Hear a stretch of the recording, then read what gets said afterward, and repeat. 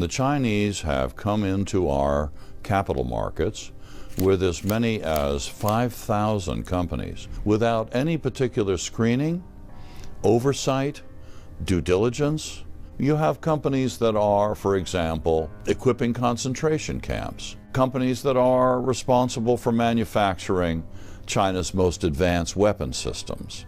The last two aircraft carriers come to mind, hypersonic glide vehicles, new generations of ICBMs targeting American families, new sixth-generation fighter aircraft. We're funding, in some ways, our own demise. Tens of millions of Americans are funding problematic Chinese companies, often without even knowing. These aren't individual names that you can see on a list of your holdings. When you get into the index funds, into this kind of world, then you are lost. During the Reagan administration, Roger Robinson served as Senior Director of International Economic Affairs at the National Security Council, where he played a linchpin role in Reagan's economic strategy against the Soviet Union.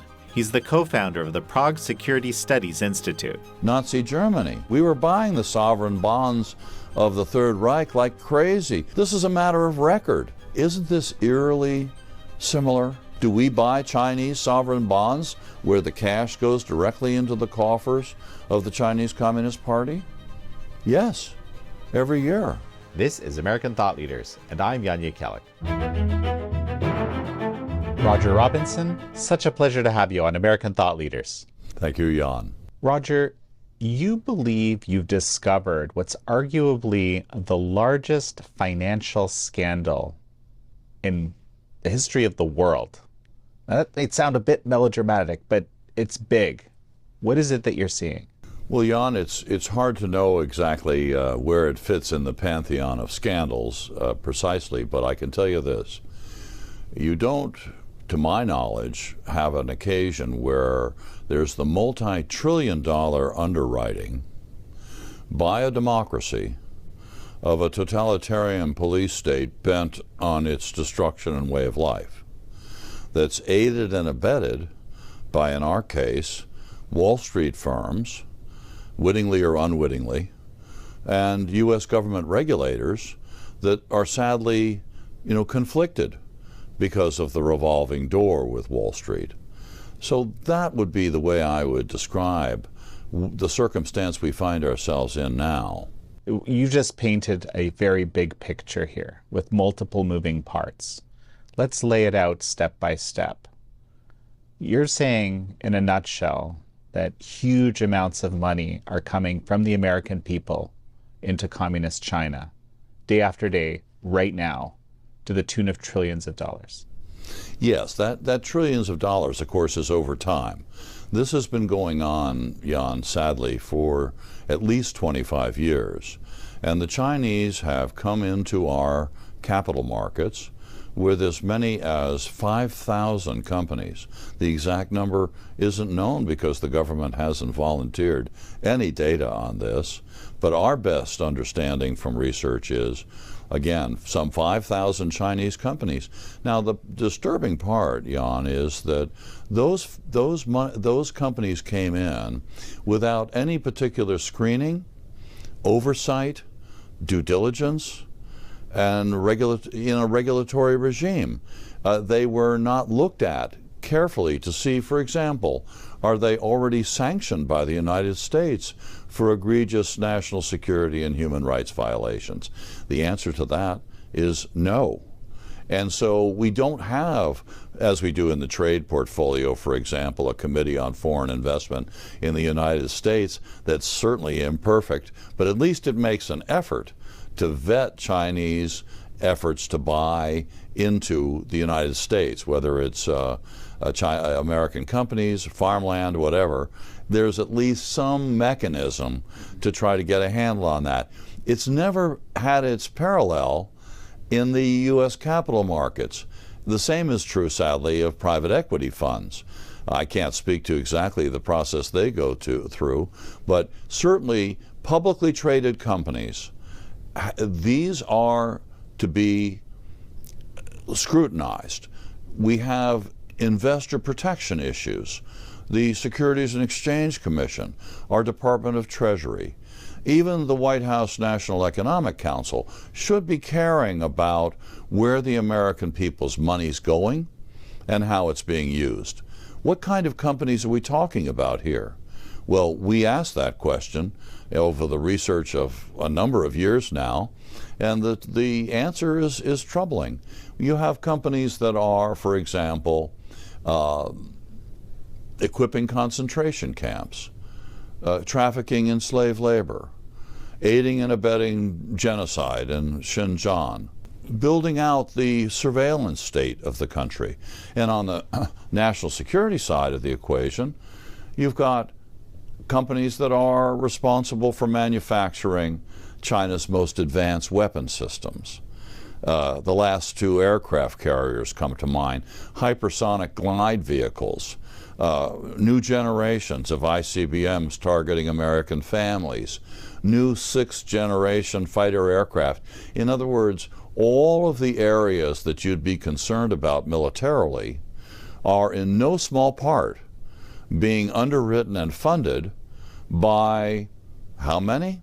Perhaps 75 to 100 million of us in the international side of our investment portfolios. Most people have diversified portfolios. They have some, perhaps, international exposure. For those of us that do, I can tell you that the chances of our being in possession in our portfolios of some of these bad actor Chinese companies is extremely high. It's near a certainty. So think about the fact that this is not some esoteric issue here. This isn't, we're not talking about space-based missile defense here, or something that is more distant from the American people. This is their money, and they have no clue as to the fact that it's being sluiced into some of the most horrific abuses in the world today via Chinese state-controlled, they're all state-controlled entities. The CCP has a lock on every Chinese commercial entity. We must know this by now. So the idea of a private sector is not happening in China. So the state can call on these companies to engage in strategic and even military activities, intelligence gathering, for example, at their whim, as we well know. Article 7 of the National Intelligence Law spells this out, and a number of other pieces of legislation. The Chinese aren't hiding it. So here we are. We're not getting the protections we need. We're not getting the transparency and disclosure we need. And certainly we're not learning that we're funding, in some ways, our own demise. And that's not even talking about the fact that, for example, these companies, Chinese companies that are listed on U.S. market are listed via this very spurious investment vehicle, VIE, right? And that they don't even need to provide a reasonable audit. And this is something that really kind of blows my mind, because there's deep, deep auditing, by the Big Four that every listed company needs to be subjected to. Whereas here, for some reason, Chinese companies get a pass. Well, indeed, they receive preferential treatment.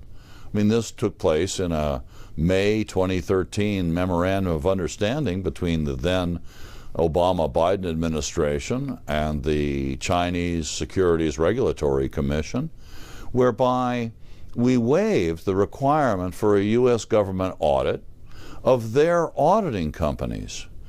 Now, why is that important? If we go back to the beginning of the 2000s, we'll remember Enron, we remember WorldCom, and these financial scandals that were so costly to the American people. What did we learn? Well, we learned that some of our auditors, the Big Four included, were part of a kind of conspiracy, a cover-up, if you will. They weren't unveiling or just unearthing the problem.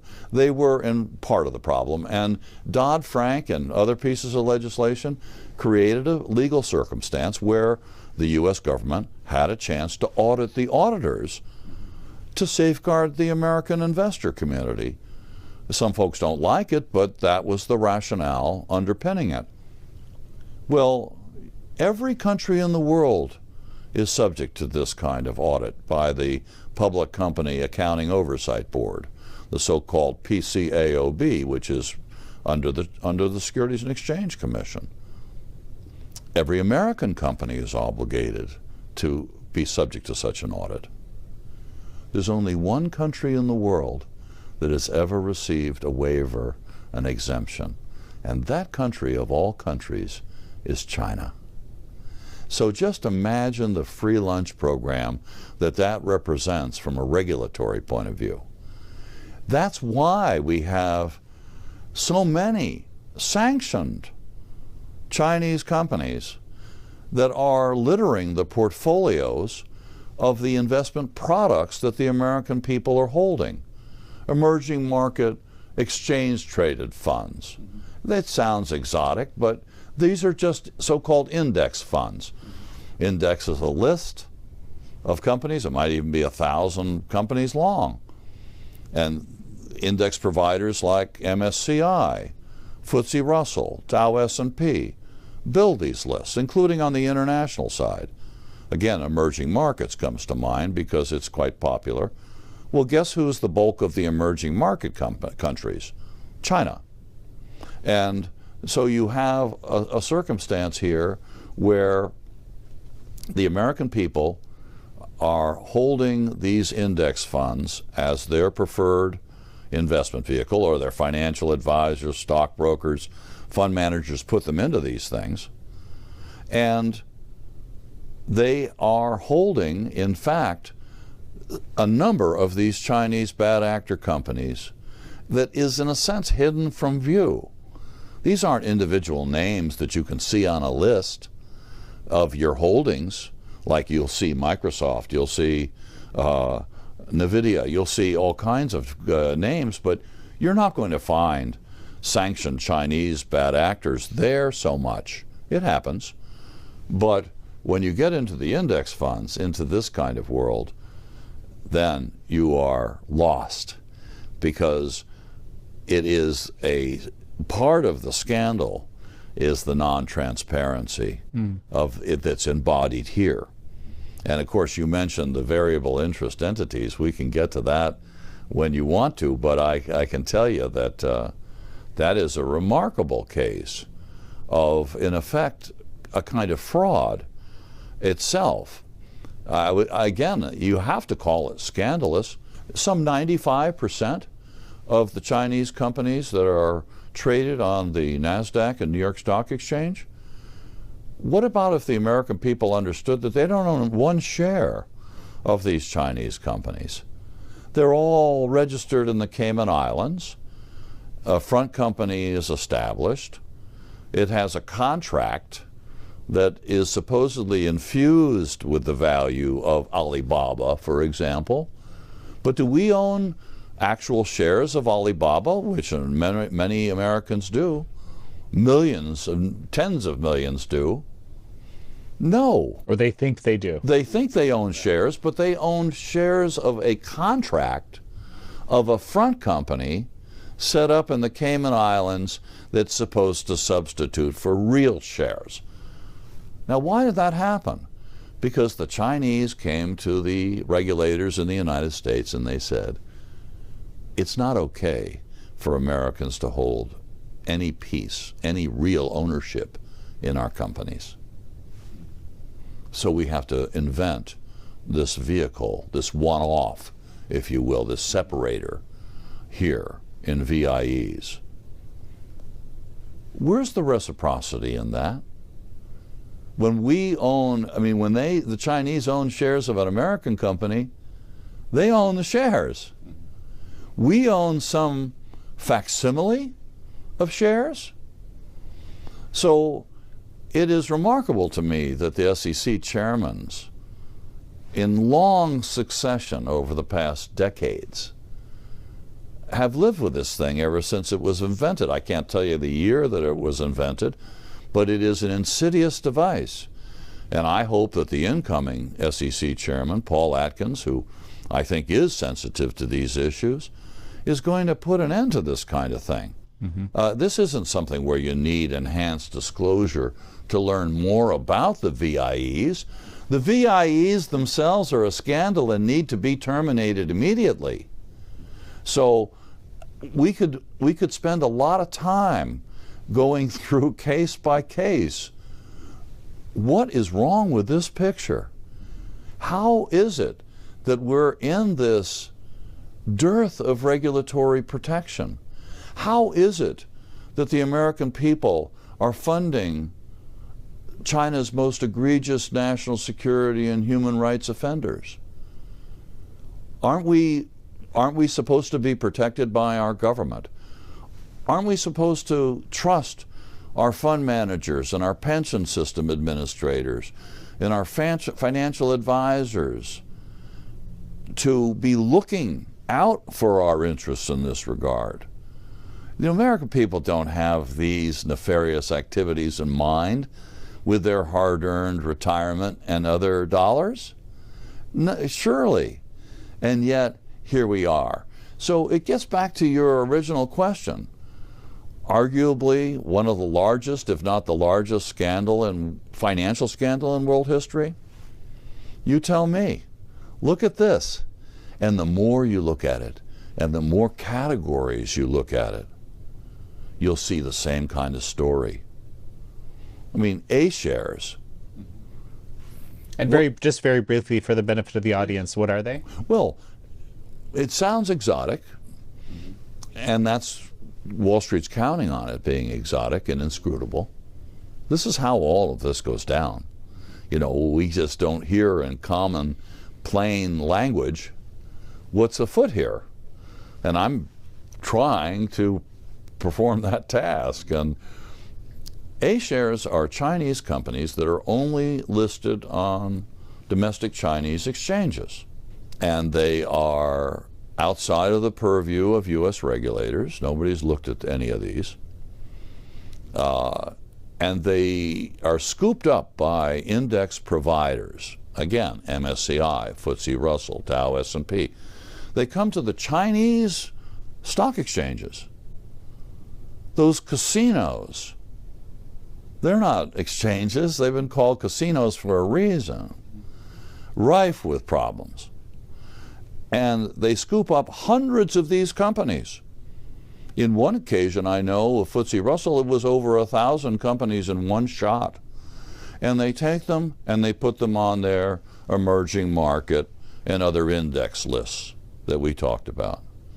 And then the asset managers, the BlackRocks, the Vanguards, the State Streets, the Fidelities and others, come in and they take that index.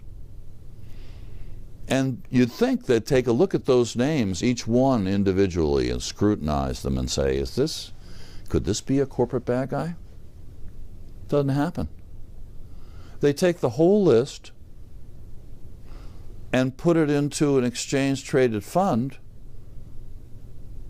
which then is fobbed off on the American people as their investment vehicle. And that's how we come to hold those hundreds, in some cases, of Chinese companies that have never, again, seen the light of day from a regulatory point of view in our country. Nobody asked if they were sanctioned already by the United States. Nobody cared if they were on blacklists of the United States, because it's legal. And Wall Street has made plain, above all else, that they have no particular conscience and they don't think it's their job to have anything to do with protecting our national security and human rights policies. They think that's somebody else's job. If it's legal, we're doing it. That's the message. And that's how we've come to be in the situation we're in now. And now I'm finding myself wondering, we don't even know exactly what the investment method is into those companies that are on the exchanges, because presumably China under the CCP won't let people own the actual shares there either. right? I mean, do you know the answer to this? Well, not with precision. I mean, we know a lot about the New York Stock Exchange and the NASDAQ, Yeah. but when you move into A shares, you're in the netherworld of index funds. And that is the big problem here. And then the over-the-counter market. You know, I once looked at the over-the-counter market, admittedly a couple of years ago, and there were not some 900 Chinese companies there. And just very briefly again, for the benefit of the viewer, what's the over-the-counter? Well, the over-the-counter market is a much more informal exchange. It's not quite like the New York Stock Exchange or NASDAQ, and it's a complicated event even for me to ascertain what's going on in the OTC market, to be frank. But it is a murky area, and the Chinese like it very much to be in murky areas, and the bright lights of regulatory attention have not fallen on the OTC. Give me a list of those 900 companies. Tell me how many are already sanctioned. Mm-hmm. I mean, by the way, one thing I should have said about A shares and the Chinese exchanges, they're littered with Chinese military industrial companies. That's where the PLA ties are. These are the cyber attackers. These are the IP theft artists. In other words, you have all manner, again, of bad actors because they didn't think they were going to need to see the state of play. And all of a sudden, there was this alchemy take place where they could be snatched up, put into an index fund, then put into an exchange-traded fund, and out they go to the American people, and the funding comes back. You know, just makes me think of, you know, the structured products that led to the 2008 crash. But that, you know, kind of maybe a whole different piece of discussion here. Here's the thing that I keep thinking as you're telling me about all this. Recently, President Trump signed the America First Investment Memorandum, which seems to go after some of this. Can you just lay that out for me a little bit? Yes, I think that this is one of the most important historic events in this period of the president's new time in office, new term. It is a remarkably important document because it's the first time that the United States has committed to what's called outbound investment screening, particularly of a security-minded variety. Now, outbound, we know what inbound investment is. It's the Chinese trying to buy stuff here and secrete themselves into our system, steal our technology, buy that farmland near our military installations, that kind of thing. And it's, of course, terribly important, technology theft being central to that mission.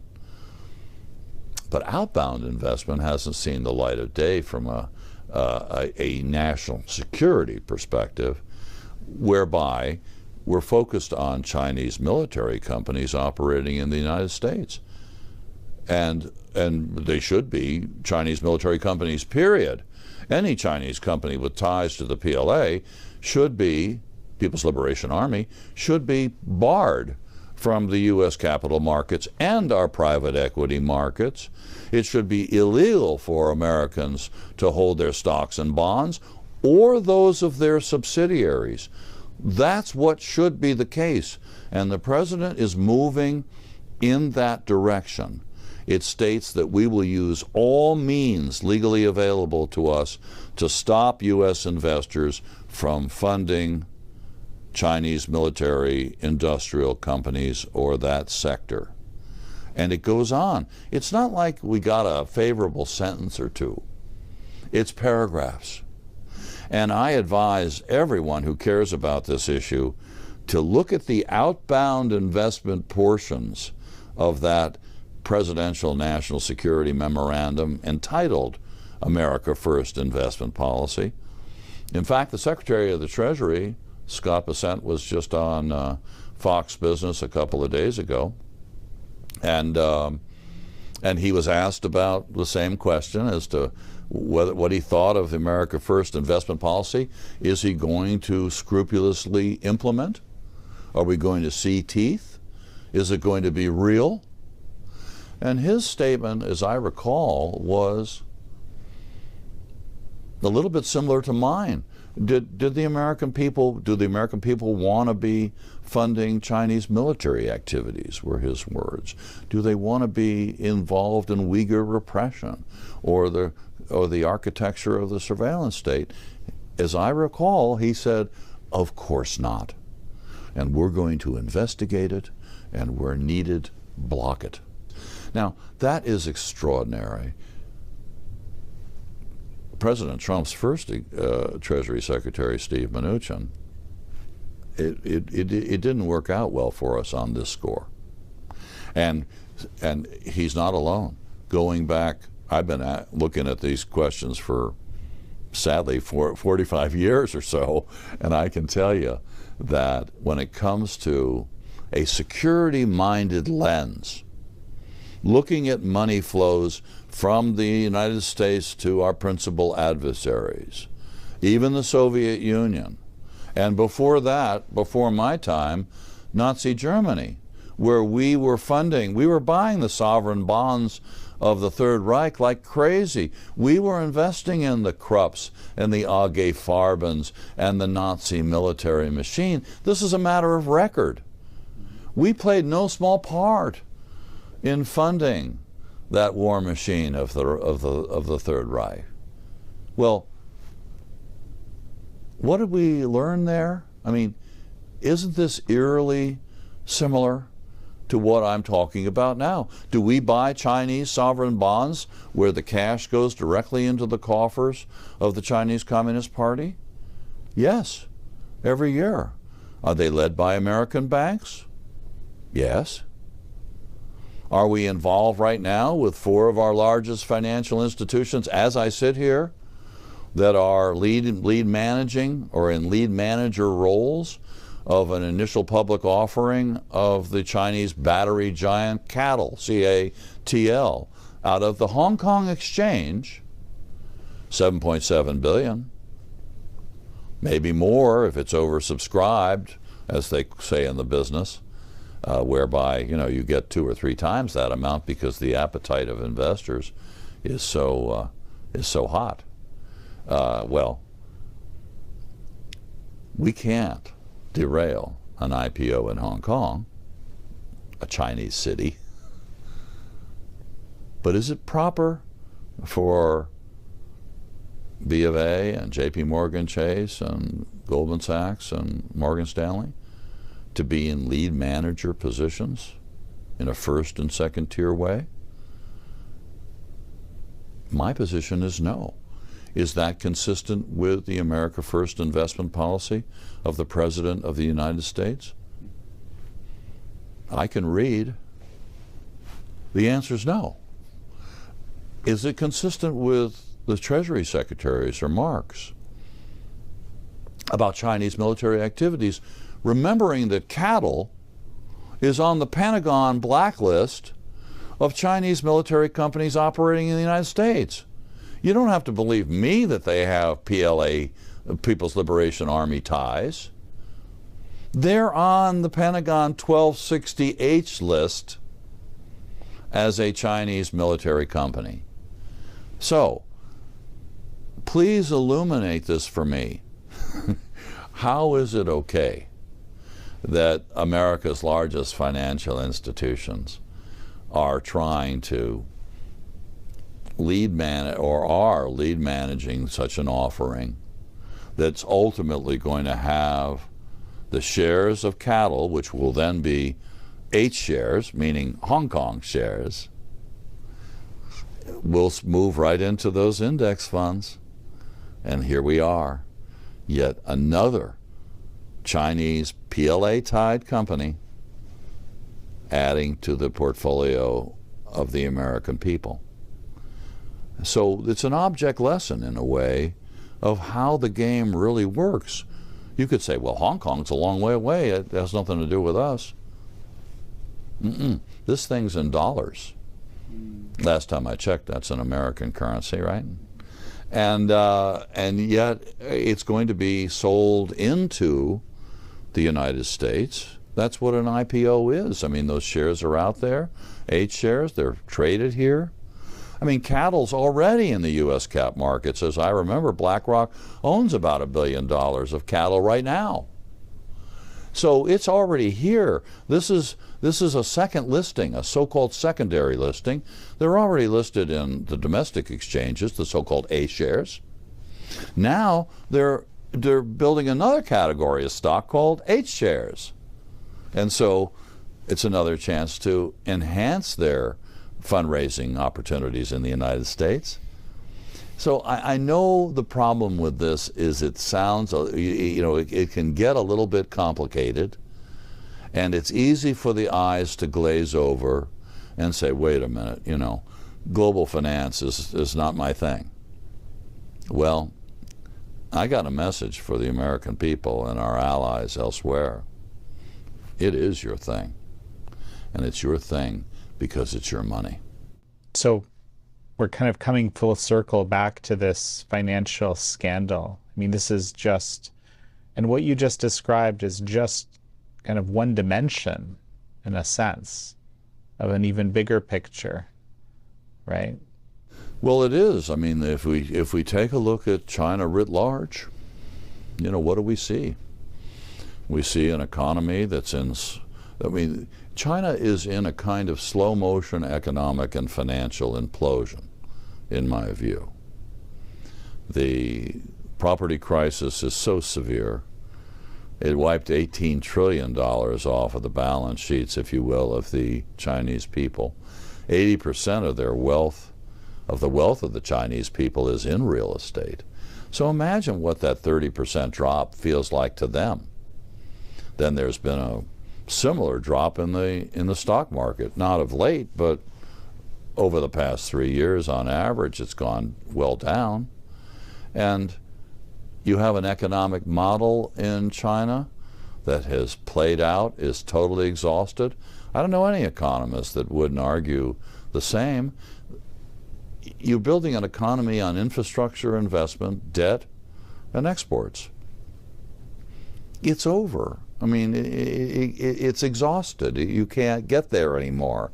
It has to be a consumer-driven economy like ours and like the G7, the industrialized democracies.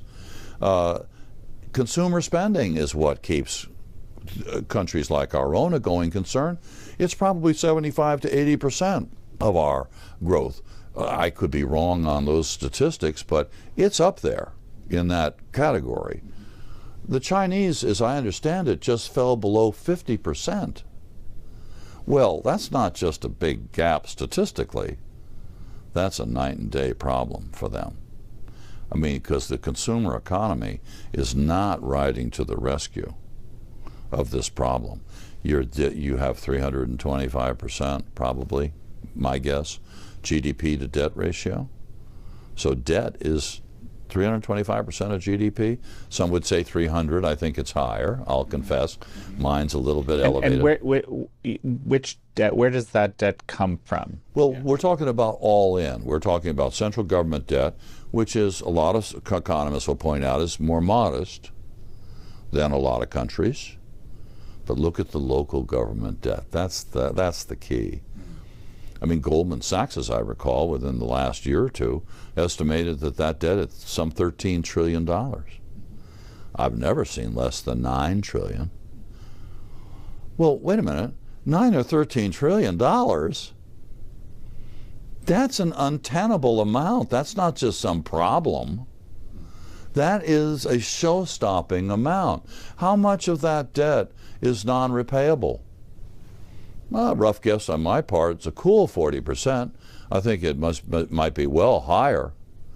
So we're talking about a financial crisis there that I think most folks would agree with. So it really puts, I'm trying to answer your question in a way that takes us back to what is the role of those scores of billions of dollars that are moving every year into the coffers of the CCP and the PLA and other parts of the Chinese economy. And remembering that the Chinese are also able to leverage our capital markets. Our capital markets are the deepest, most voluminous in the world. They're roughly the size of the world's capital markets combined. So when you're accepted in the U.S. cap markets, as they say, the prestige alone, the feeling of confidence that the globe's other capital markets feels in allied countries of ours, Germany, the UK, Singapore, France, the Italian exchange, everybody is comforted by the fact that they're doing that much business with us. That means they're okay. What we could call the good housekeeping seal of approval. So it's not just the money they are able to take out of our pockets. We're providing a approval, a stamp of approval that allows them to do the same all over the world. That's why the numbers get bigger, Jan. It's not that we're necessarily doing hundreds and hundreds of billions a year out of the cap markets and our private equity, certainly scores. But writ large, when you look at the whole picture, you have to factor in the fact that we're responsible for unleashing the rest of the world's capital markets to be in the same kind of mess that we're in right now. And Europe is a good case in point. The Japanese have pulled back very dramatically, to their credit, but Europe, no. So it's just to say, again, how did the money elude our attention? Is it that we were asleep at the switch and we weren't reading carefully enough the daily papers or listening carefully enough to business news? No. This is by design. This is by design.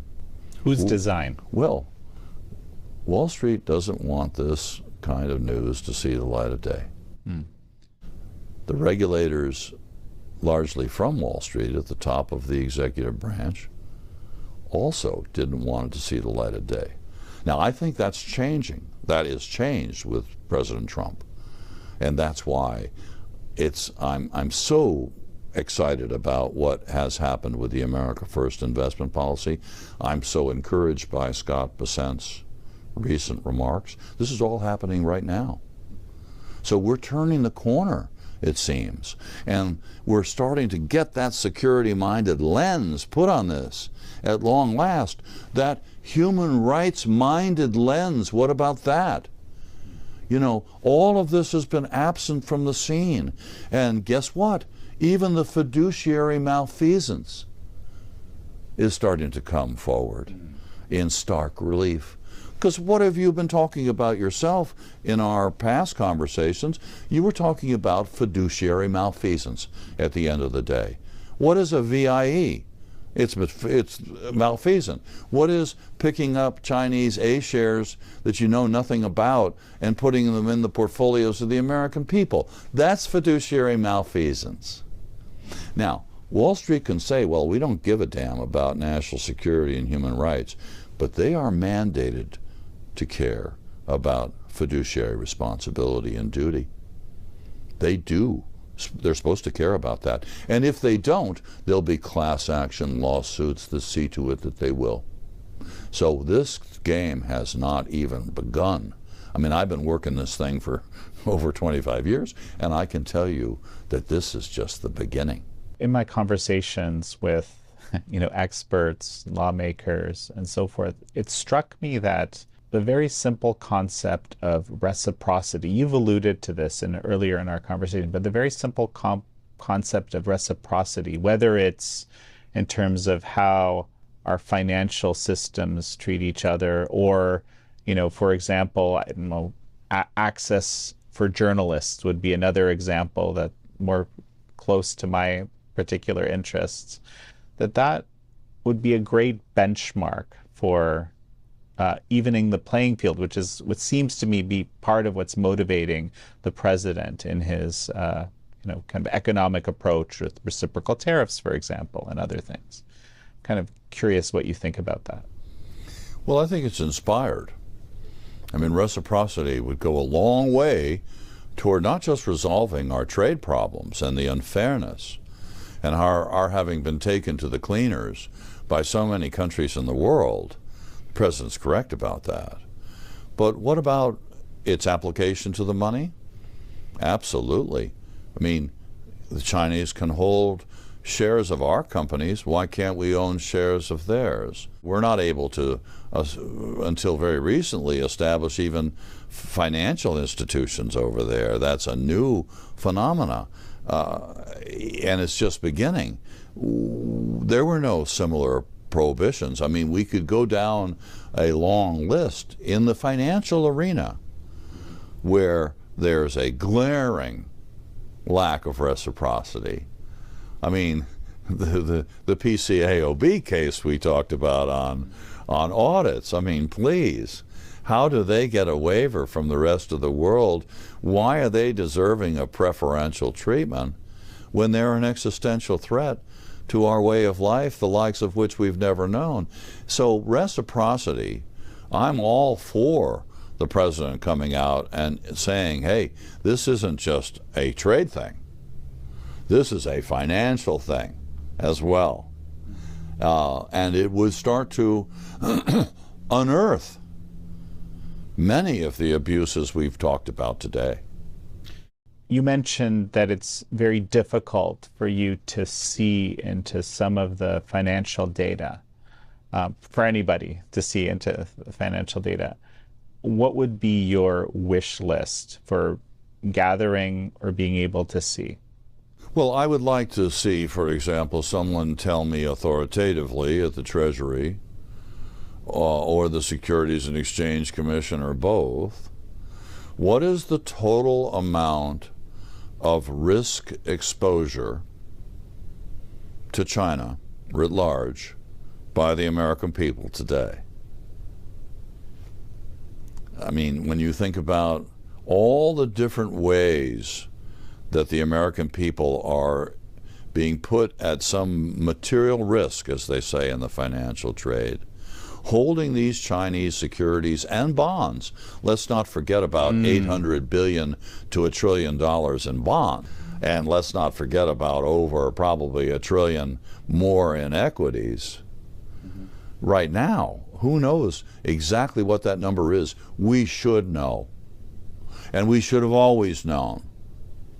And the same is true. You know, I want to know what's the A shares exposure? How many A shares are there? Why should I have to guess that it's 4,000? We looked it was excruciatingly difficult. And yet, this is not, with all due respect, this isn't my job.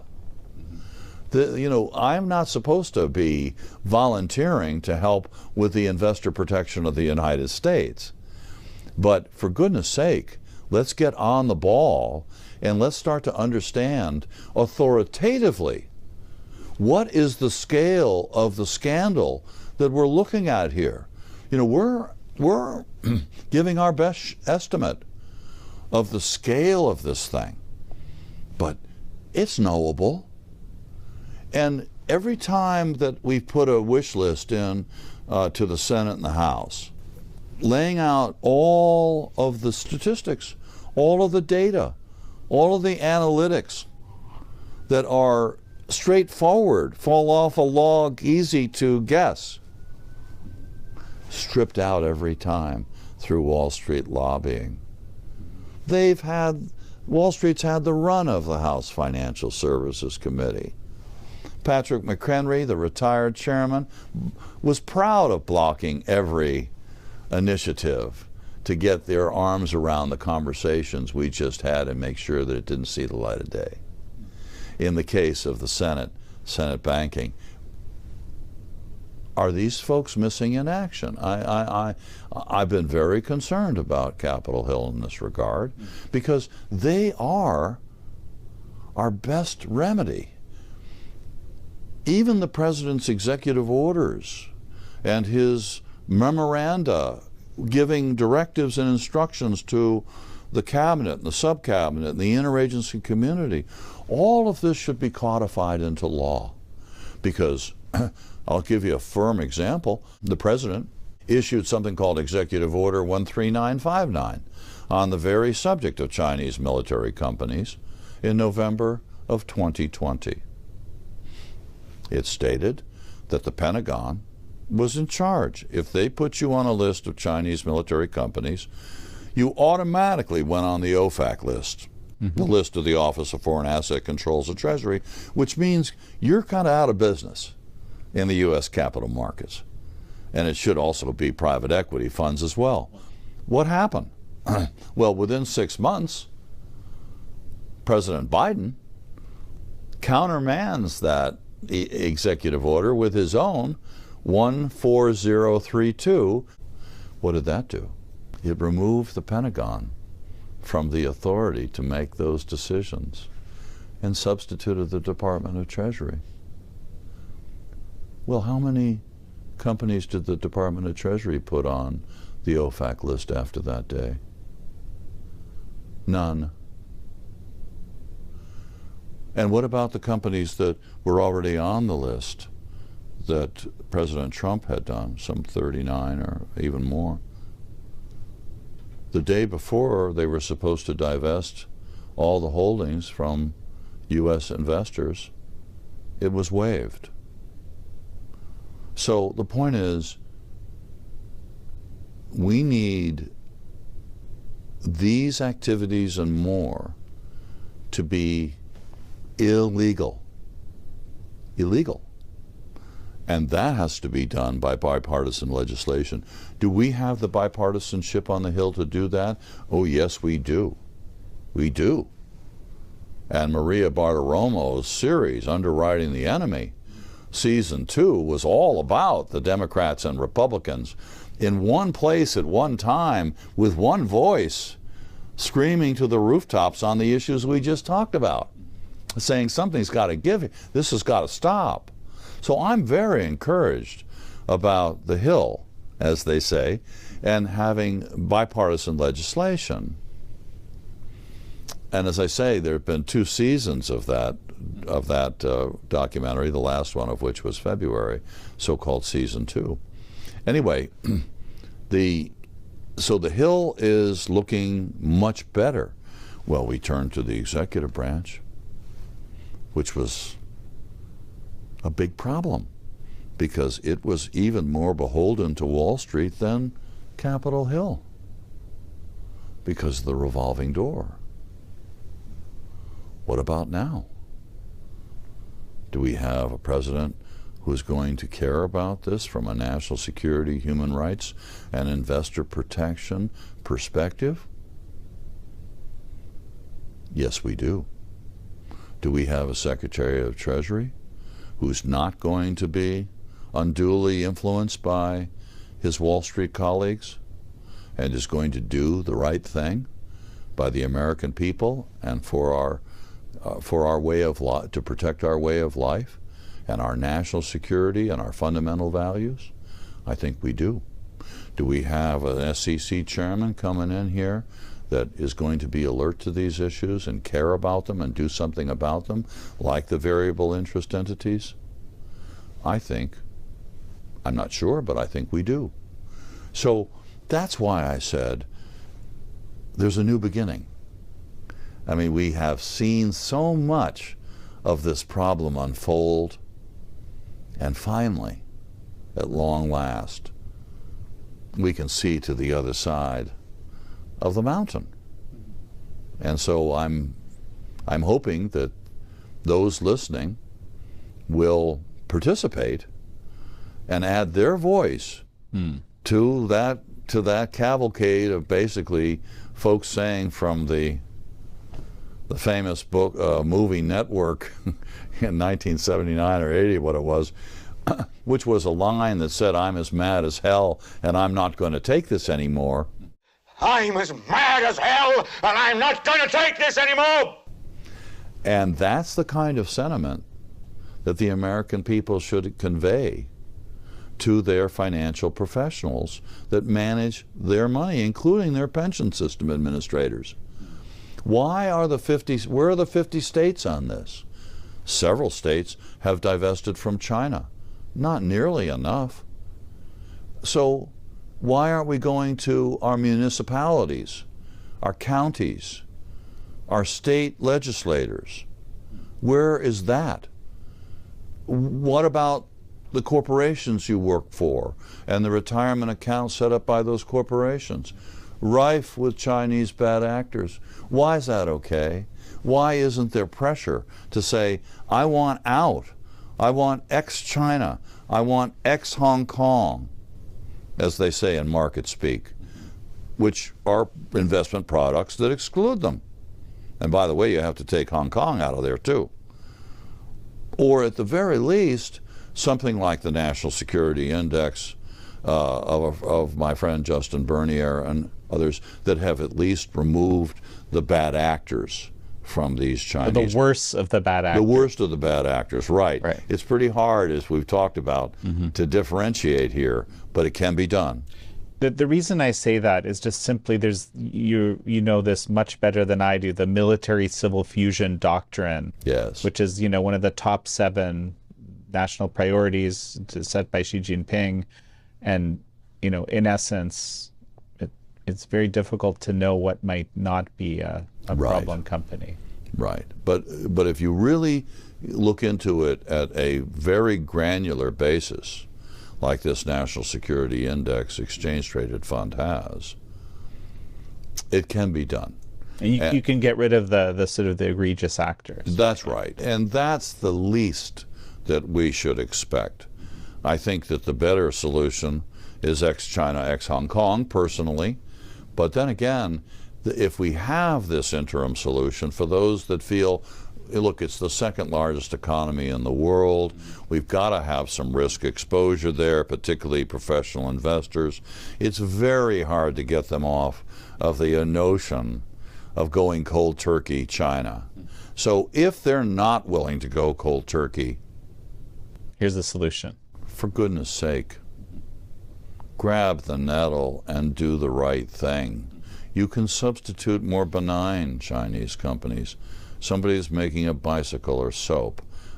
Or, some more harmless video game or whatever it may be. I don't know. But for goodness sake, let's get rid of companies that are building their nuclear weapons. Let's get rid of AVIC that is building their fighter aircraft. And China General Nuclear, that's a big one. Even cattle. These are the kinds of folks that we know are in the bad actor category. They're on blacklists. Speaking of blacklists, why don't we have a consolidated blacklist? We have many. We have the Uyghur Forced Labor Prevention Act entity list. We've got the Commerce Department entity list. We've got the military end user list of the Commerce Department. We've got the OFAC list of the Treasury Department. And the list goes on, right? The number of lists. So let's combine all of these lists and have the following simple formula. If you are on an American blacklist, you're out of the U.S. capital markets. You're out of receiving private equity funds from American entities. You are not to be holding the stocks and bonds of those blacklisted companies or those of their subsidiaries. Put that into law, and it's a new day for America. And just a quick thought, you seem very certain that President Trump is very clear on the China threat. And the reason I want to touch on this is I've seen a number of, even analysts, people that I follow quite a bit, asking questions. Hey, has Trump changed his tune on China? For example, look at this, gutting of the USAGM agencies or some of USAID's works. Look, China's going to come right in there and pick up the slack. This seems like pro-China stuff. I've seen all sorts of things. Okay, I'm just wondering, what your response is to that. Well, the president I would suspect his personal style, as you know, is to try to keep bad guys on side best he can. But when it comes to the overriding national security interest of the United States, I think he's going to be foursquare. That is, he's going to come down hard on the right side. The Panama Canal is such an example. And he is not hesitating on the tariff side.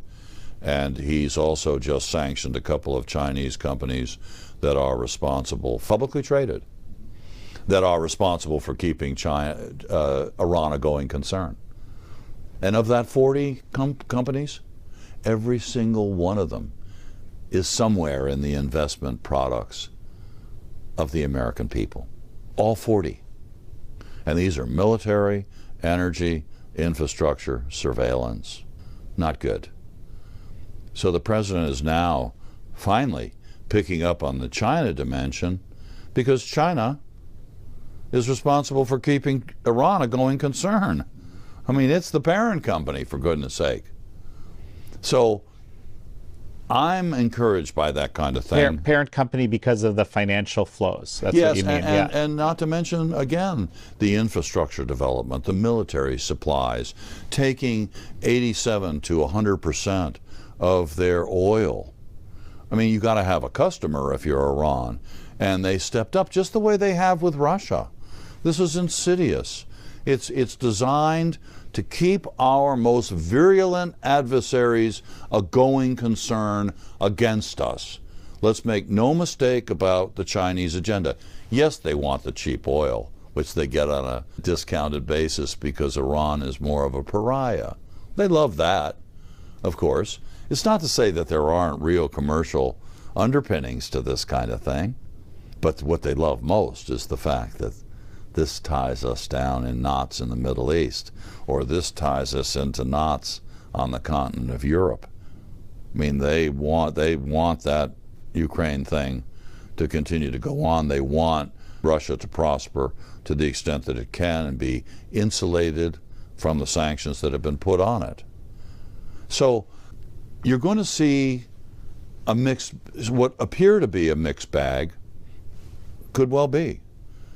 And, you know, calling President Xi a good friend and so forth, sometimes I myself say, you know, wince a little because he's not a good friend of mankind. But on balance, this looks a lot more like Reagan country to me. I was there 3.5 years at the National Security Council. I know something about the Reagan presidency. And I was Senior Director for International Economic Affairs. This was my portfolio under Reagan vis-a-vis the Soviets. Well, so Roger, yes, let's do this, because not only were you in that, maybe you can tell me a little more about what you did in the Reagan White House, but also, you know, your previous and subsequent acumen, because you know these things at a deeper level. Well, I began as an international banker with Chase Manhattan in New York. And I was a vice president there that looked after the Soviet Union, Eastern Central Europe, and Yugoslavia for some 5 years, and served as a kind of staff assistant to then Chairman David Rockefeller of the greatest industrial empire in the history of our country and arguably the world, which was a special experience, to say the very least. And then went to the National Security Council, where after the first year I was made Senior Director of International Economic Affairs. But my reason for being brought on board is because I knew where the money was on the Soviet side. And I knew what their hard currency cash flow looked like. I knew what their external sources of financing looked like. And I thought I knew, and it turns out that I was right, about what their Achilles heels look like here and how we could put them into economic and financial extremis by taking down that hard currency cash flow via opposing such mega projects as the Siberian gas pipeline at the time, a 2-strand pipeline 3,600 miles long into the West European gas grid that would have doubled Soviet hard currency earnings, which were only $32 billion a year at the time, and would have led to West European dependency on Soviet gas to some 75–80%. Well, you saw what happened in the Ukraine invasion when that percentage dependency was 40–50%. We couldn't cut them off. And that's why Russia's making $1 billion a day still out of Western Europe at the very time when we're at maximum danger for the Ukrainians. So, but imagine if that percentage was 80%, which is where it would have been had there been no Reagan. So leave it to say that the Soviets were making $16 billion a year more than they were spending by our calculation. And all of that money, all of that financing gap was picked up by Western governments and banks. So we were funding 100% of the Soviet hard currency deficit there. And I was able to bring those numbers to President Reagan and work out a strategy that ultimately included the Saudis pumping 2 million barrels or more of oil a day, decontrolling prices at the wellhead, watching oil prices fall precipitously to, I think, as even $10 a barrel, but knowing that for every dollar drop in the price of a barrel of oil, the Soviets were losing close to $1 billion, 500 million to $1 billion.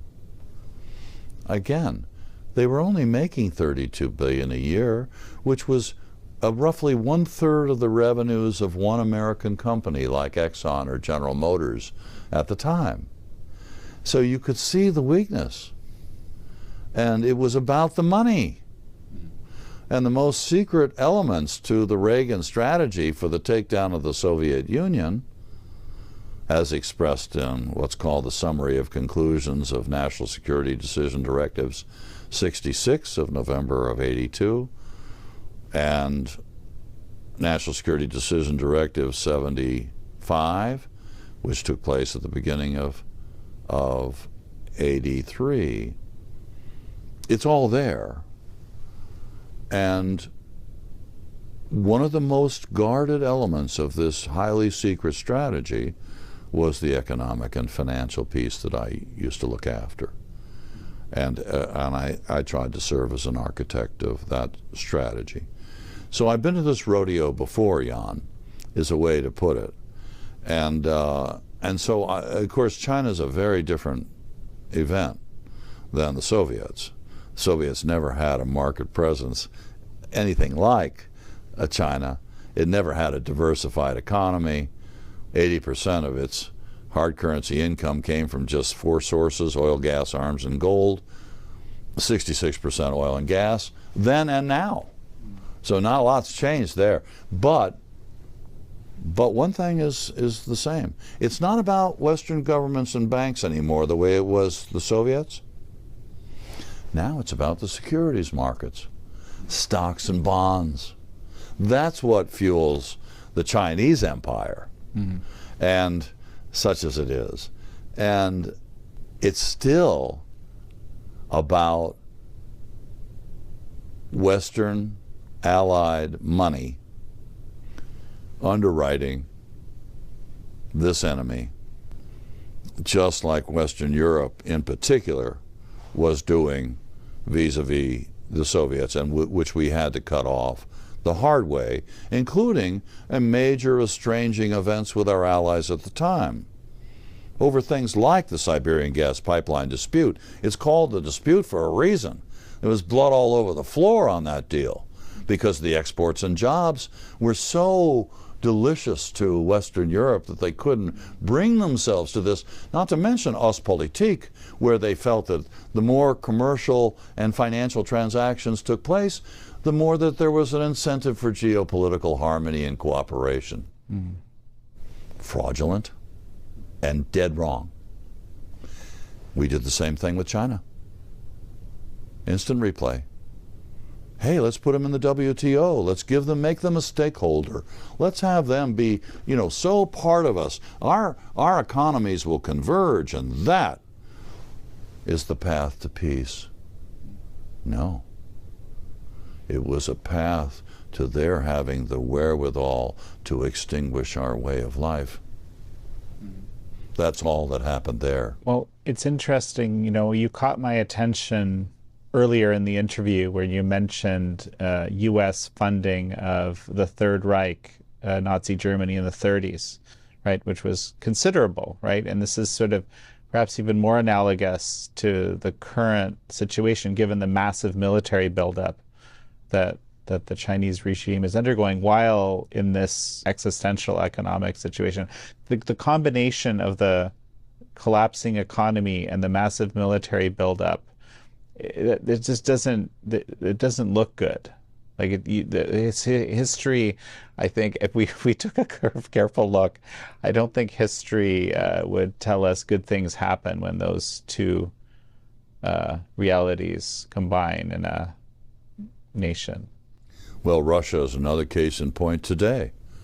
A militarized economy and a declining living standard, and the consumer taking it in the neck.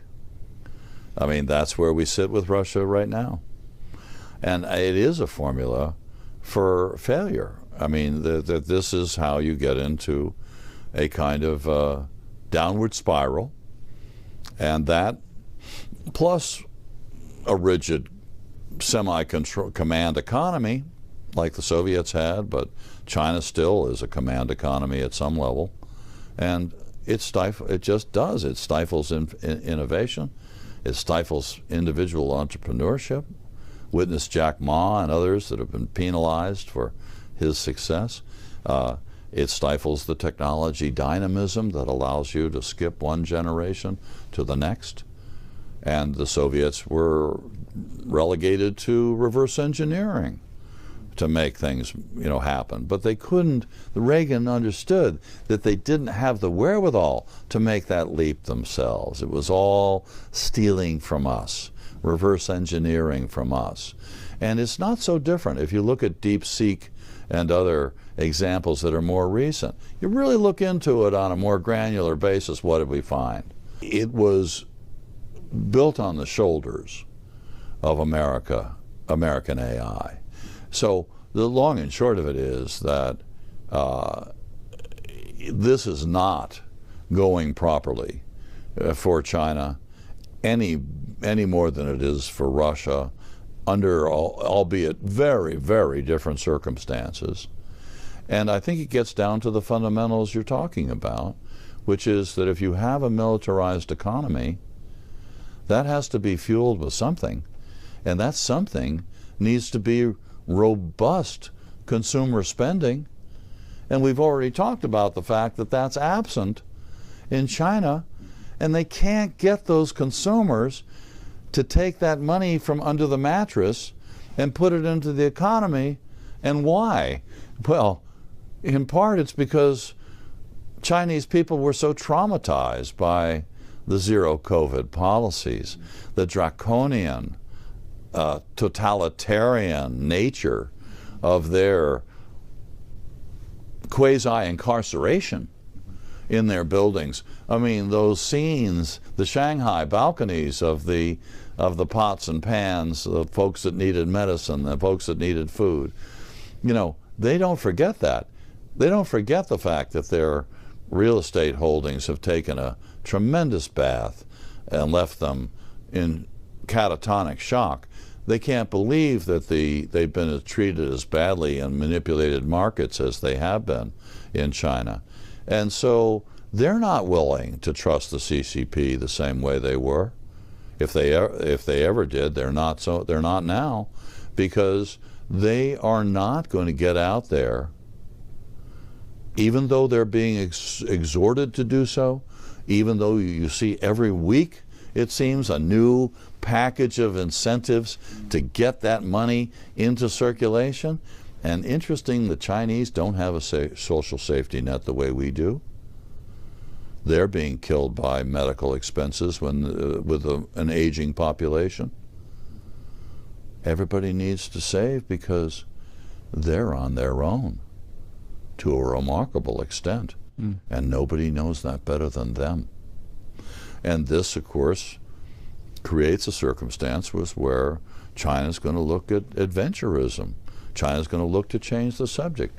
China's going to look to have an incident in the South China Sea, to lean on the Philippines, perhaps to have some shooting, to embargo seemingly every month a practice rehearsal, as it's called by the Pacific Command of the United States, of an embargo of Taiwan.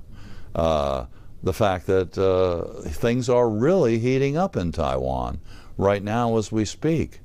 So do they become more dangerous? My answer would be yes. Is there a possibility of a Taiwan event much sooner than most analysts predict?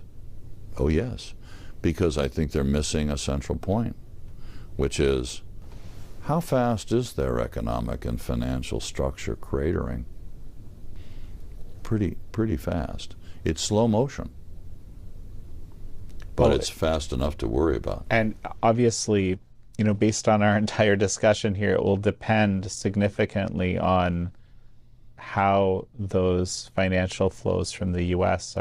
change over the coming few years. It does. I mean, the United States has roughly 2/3 of the world's investable capital. As we talked about, its capital markets are, roughly speaking, maybe 40–45% of the rest of the world's combined. The dollar is the reserve currency of the world, happens to be ours. We utterly dominate the global financial domain on this planet, period. Have we ever leveraged that on behalf of our national security and human rights policies? No, not really. Have we exercised capital market sanctions against China with all that leverage? No. Have we weaponized it, if needed, or would we, to ensure that we don't get into a shooting war with these folks? Not in the mindset that's prevailed over the past decades that I've been looking at this. Now, there's something wrong with that picture. There's no problem about stating openly that you want to bankrupt Iran. Folks have complained bitterly about the $90 billion that Joe Biden put in their coffers through non-enforcement of sanctions, and given the wherewithal to Iran to fund the Houthis, the Hamas, Hezbollah, Islamic Jihad, all Syria before it went under in our direction. All proxies were fueled with our non-enforcement of oil and gas sanctions. And we believe in financial sanctions against Iran, thank goodness. Wait a minute. Does China get another pass? Another full pass? The answer is largely yes. This has to be a new era where we're thinking about what it means that we dominate so utterly the global financial domain. How do we leverage this in the cause of peace and in the cause of our national security and the cause of our fundamental values? I want to touch on this because I think it's so important. You said in the cause of peace, right? And I think, you know, the rhetoric that I hear often is that if you kind of upset the status quo, you'll make the Chinese angry, and that will lead to war, That's the line that I often hear. And say Roger, what you're describing here, cutting off the Chinese regime from the, massive annual billions that it gets through U.S. capital flows. That's almost like war rhetoric you're talking about. Like, well, Ostpolitik didn't work out very well for the Europeans. I mean, they had the view that let's keep the Soviets a going concern. Let's put as much money in there and as much technology as we need to keep the bear in the cage so that they won't be inclined to lash out at us. That was the whole idea. There's only one small problem with totalitarian police states. Appeasement, which is the word that comes to mind in this idea that it's our job to keep them a going concern in the cause of peace, doesn't happen to work. They pocket the money and just become more capable of taking us down. That's what history has taught us. So I have to take some issue with the notion that this is warmongering on my part. And the other thing is that there are ways to do business with China that are more benign than other ways. It's not, you're not hearing me saying, cut off 100% tomorrow. That's not where we are. But let us do prudent, intelligent things. Let us end blacklisted companies from taking advantage of the largesse of American retail investors, scores of millions of them unwittingly in this game. Let's take out these unregulated A shares. They shouldn't be here. They didn't pass any muster to come here. Why are we funding Chinese sovereign bonds? I call them anti-liberty bonds. They're the exact opposite of the purpose that we issued our bonds during the war, to fund our war effort. What are we funding here? Their war effort against us? Anti-liberty bonds. What about this murky over-the-counter market? Why can't we penetrate and take a look at what's there? Who are those 900 companies? What are they about? Are any of them sanctioned? I don't know. Why don't we know? And the list goes on. And what about the joint ventures between Americans' leading asset managers and banks with Chinese state-owned banks? Goldman has a joint venture with China's largest bank to get their mitts on 114,000 or whatever branches to sell their wealth management products. I get that this is the holy grail for Wall Street, but it's a merger of the CCP and some of our biggest houses. BlackRock has a similar joint venture with the third largest Chinese bank. Vanguard is on the Alipay platform. Great for them. Hundreds of millions of Chinese are on that payment platform. But what are the Chinese asking for in return? I'll give you a theory. My theory is that they told them to establish an A-share market in the United States. Vanguard goes on to Alipay. Question. When we looked, how many A-shares of these highly dubious companies, how many were in Vanguard's investment products? 2,100. 2,100. So, as we finish up, I think this is a great place because, you're watching this show, you might be outraged at the level of exposure that you have because of your money being invested in these various Chinese companies. What can you actually do right now?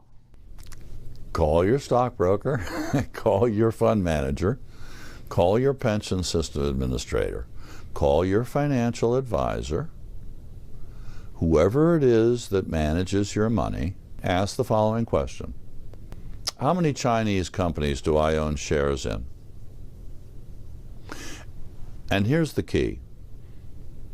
There's two types of holdings of these companies. One is called actively managed.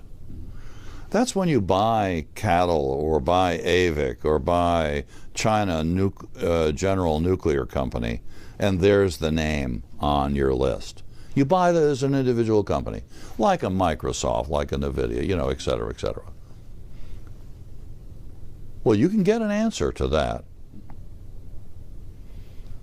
But where you're going to be potentially deceived is they're going to come back and say, well, you don't own any Chinese companies, or you own these three.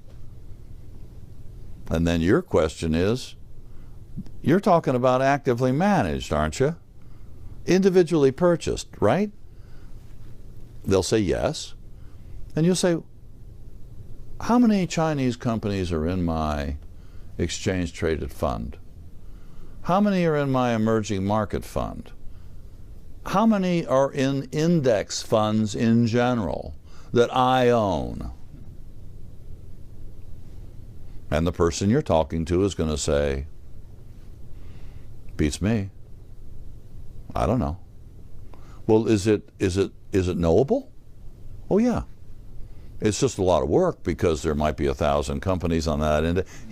He or she doesn't want to go through that list to find out, what but if they say, look, we saw lots of Chinese companies in your index funds. Say, well, okay, I want an index fund that is ex-China and ex-Hong Kong. Or I want a national security index exchange-traded fund that excises the bad actors if you still want some China exposure. You say one of those two things. Either get me out of China or get me out of China bad guys, and don't tell me that I don't own Chinese companies when I do, because you're too lazy to look at the index funds or not knowledgeable enough to know the dirty little truth here, which is that's where they reside, that's where they are, and that's what you're not telling me. That's what I would say to the American people. I'm wondering to myself, as you're telling me all this, is there some sort of database out there where one could put in, for example, the indices, mutual funds, the ETFs that they're involved in, and discover what percentage or what number of Chinese companies are on there? I'm laughing because I tried to buy an app build an app that you could use on your phone. You know how you go into the grocery store and you can see what's in a product or something on your phone now. I think that's a great idea, but I didn't have the $750,000 to build it myself, and I couldn't get the support, to be frank. So, but to my knowledge, there's not such an opportunity. But that is, after all, what your financial professionals who manage your money were hired to do. This is their job. This is not your job. And you shouldn't say, what you will have to say is you have to discipline them, because I told you the exit door that they're going to go to first, which is they're not going to cover the index funds, and that's where all the bad guys are, for the most part. So if you hold feet to the fire there, you can get an answer, because they can find out. It's on their Bloomberg terminals and so forth. You don't have 40 grand a year or whatever it costs to have a terminal in your home. That's not your job, but it is theirs. So, Roger, it sounds like you want to start a movement here. Well, I think it's extraordinary that scores of millions of us unwittingly are funding some of the most egregious national security and human rights violations that we can conjure up, that will surely lead to the death of our men and women in uniform, that will surely lead to the torture and destruction of human beings in Xinjiang and elsewhere, that will surely lead to a country that is in a permanent surveillance state and is suffocated in any hope of freedom, etc., etc. That is exceptional, that we, the people, are participating in such horrific activities because we have been let down by our financial managers of all stripes. We have been let down by U.S. government regulators at the Treasury, the SEC, the National Economic Council. We have been let down by the committees of jurisdiction on Capitol Hill that are supposed to provide this oversight, the House Financial Services Committee, the Senate Banking Committee. This is a tragedy, and this is the scandal that, going full circle to the beginning of our discussion, this is why the term scandal is used, and these we've talked about are some of the dimensions of that scandal. Well, Roger Robinson, it's such a pleasure to have had you on. Thank you, Jan. Thank you all for joining Roger Robinson and me on this episode of American Thought Leaders. I'm your host, Jan Jekielek. You may have noticed it's Shen Yun season again, but I wanted to tell you a little bit personally about why I love this show and go see it every year. Aside from being beautiful, it's actually a homegrown American dream success story. All things from traditional China were under attack during the Cultural Revolution and have kind of really remained that way since. And traditional Chinese dance was almost destroyed, but parts of it actually survived. So what the Shenyun people did is, in upstate New York, they brought together the people that actually remembered what it was all about and kind of rekindled it, put it back together, rebirthed it in upstate New York. They started with one company in 2006. Today there's 8 of them touring the world. 1 million people see it every year. I mean, just think about that. In under 20 years, pulling your boots up, no government funding, and they brought back traditional Chinese dance to the world. So the tagline is China before communism, which something speaks very deeply to me personally. The Chinese Communist Party has been trying to destroy this group, prevent them from performing all these years. And over the last year, the New York Times has even been going after Shen Yun, using a lot of the same talking points that the Chinese Communist Party has been using. And with these increased attacks, I particularly feel motivated personally to invite you to see Shen Yun and actually see for yourself what it's all about, how amazing it is, how inspiring it is. So to find out where Shen Yun is performing near you, check out showtimes at shenyun.com, SHENYUN.com. They're still performing at Lincoln Center in New York City as we speak until April 12th. You can use the code JAN25 to get theater ticketing fees waived. Again, that's JAN25. I can't stress how highly I appreciate this show and how much I think you will love it.